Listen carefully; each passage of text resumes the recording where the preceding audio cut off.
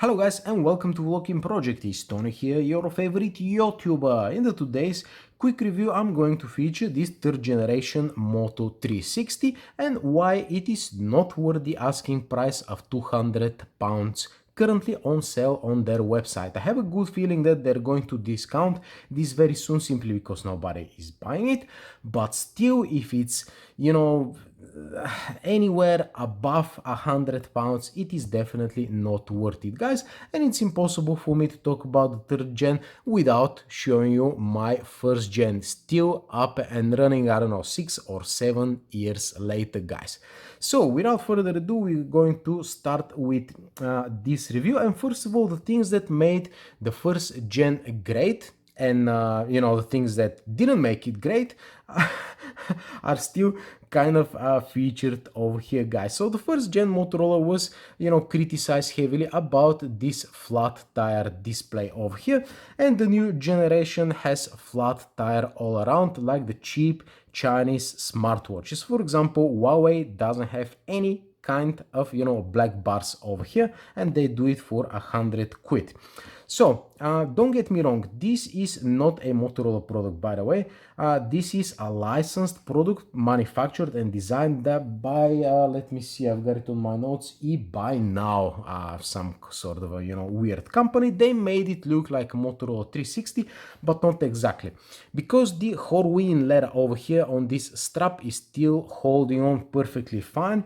And check this out, guys. Over here in the packaging you've got a very cheap, nasty looking leather, which sounds it doesn't sound, it smells like plastic actually. And the other thing which is extremely annoying about the hardware design of this smartwatch is, check this out, the charger over here, guys. On the old one you just put the phone like that and it charges wirelessly. By the way, over here no wireless charger. I don't know why. If you have just a normal wireless charging pad, you can put this one, you can just put it over there on the pad and charge it. With this one, that's a no-go. Instead they come up with this absolutely ridiculous design of the charger, which is supposed to stand like that. But check this out, guys. I mean, this is extremely easy to bend like that, bend over, and it's not gonna crack the screen. But man, I mean, this is one of the worst designs that I have ever seen. I don't like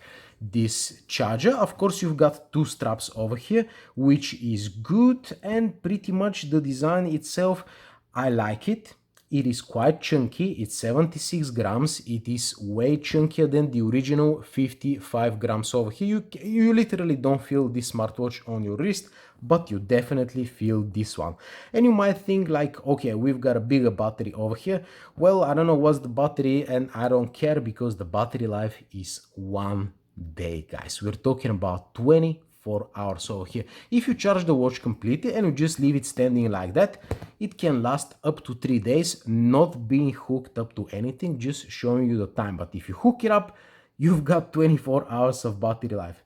The other thing software wise was that, check this out, guys. This is a message that you're gonna see quite frequently, Google Play Services error. And the other thing is that the Google hot word, I never really managed to get it working on the smartwatch. The other thing is that you've got no speaker over here. At least I wanted to see something, added, for example, but no, you don't have a speaker over here. So software wise, Google Wear is way behind the Huawei smartwatches.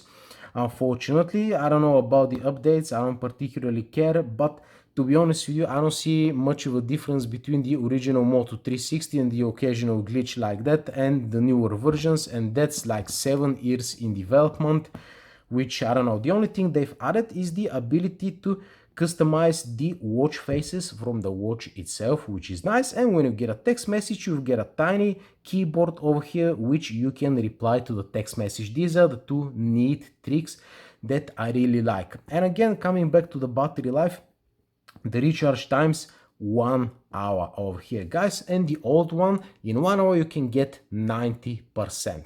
So pretty much you're getting from 1 hour charge, you're getting pretty much the same 1 day battery life, which again was the main criticism about the old version. And the Huawei's last a week or two, and this one lasts 1 day, guys.